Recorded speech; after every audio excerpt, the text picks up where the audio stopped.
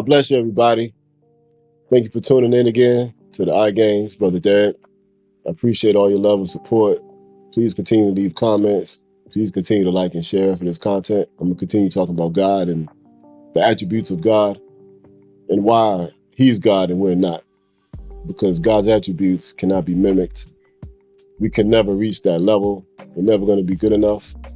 That's why we need God. God doesn't need us. So we need to humble ourselves and follow God, serve God, and trust God. Because He's God and we're not. This episode, I'm talking about holiness. For those of us who grew up in church, holiness was always an intimidating word because everybody's going to hell except the pastor. So sometimes we would get intimidated by that word, holiness. And it will make you feel like you're not even good enough to go to church. Matter of fact, I was just sitting here talking to the producer, and we were talking about how the church is a hospital. We're supposed to be sick. We're supposed to go to church because we're not good. And we're going so God can clean us up because we're not always holy. So we're supposed to come to church and reveal our brokenness and reveal our need. And we're supposed to love each other through that because all of us are missing something. All of us need something. We need each other, and ultimately we need God. Because God is holy and we're not. Like unfortunately, we can get comfortable with sin. We can get comfortable with wickedness. We can get comfortable with vulgar behavior. And if you look at the new rap game with all these women, everything they're saying is vulgar. Everything these women are saying is wicked. All of it.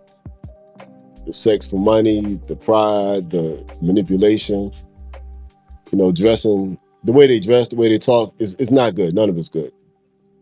The last good female rapper I remember seeing was Jackie Hill Perry and Lauryn Hill. And that was a very long time ago. Like, we need better music. But God is holiness, and God doesn't like any of that because He's a holy, perfect God. And what God does is He withdraws His presence from evil and wickedness. So when you saw those terrible things happen at Astro World, where all those children died at that concert, when there's pure wickedness, God will remove His presence.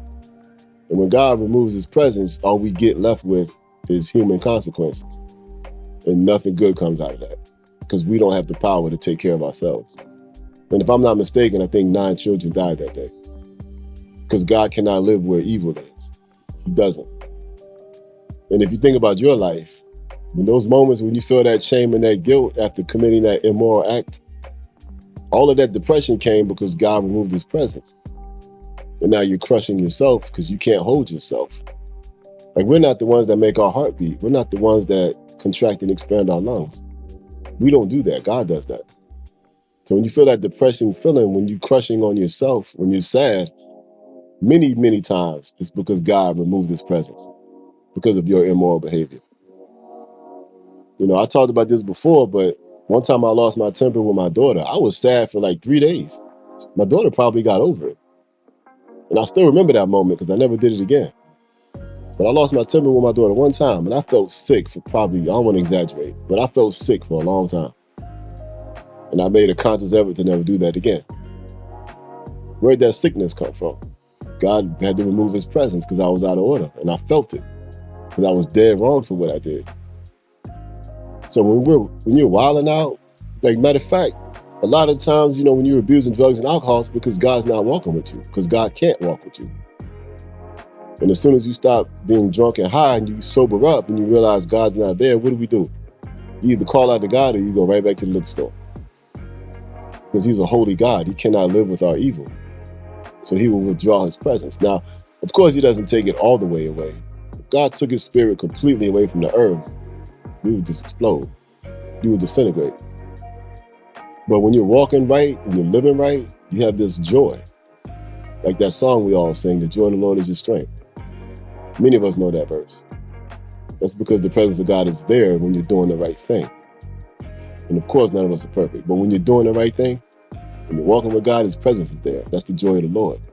And everyone knows it when you come into the room because you're the light. But when you're living in wickedness and everything's dark, God will remove His presence. And that's where the depression sets in. That's where the sadness sets in.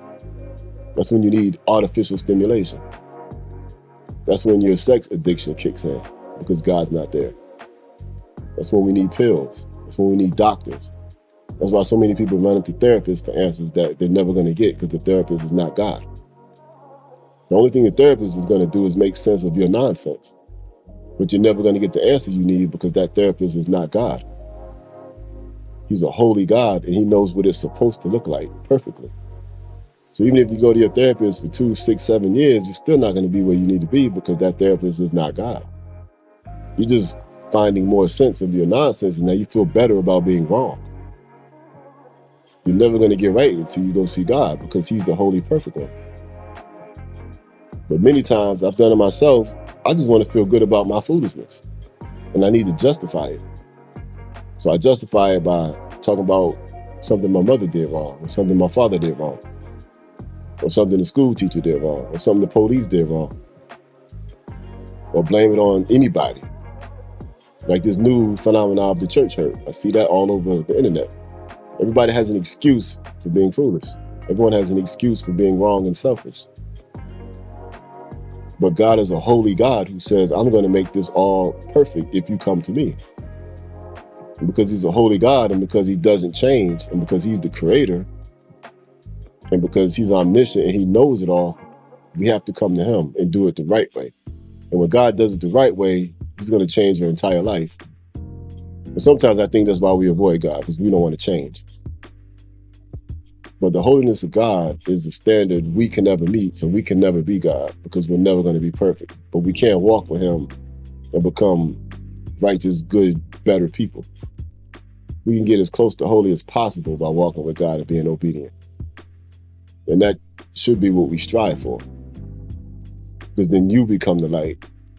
You become the problem solver in your marriage. You become the problem solver with your children. You become the problem solver with your brothers and sisters who all hate each other. You want to be the problem solver. So you need to be the holy one in the family. And that only comes from walking with God. You want to change your community? Walk with God. You become the light. You want to change your school? Walk with God. You become the light. We need him because he's the Holy One. God bless you. Peace.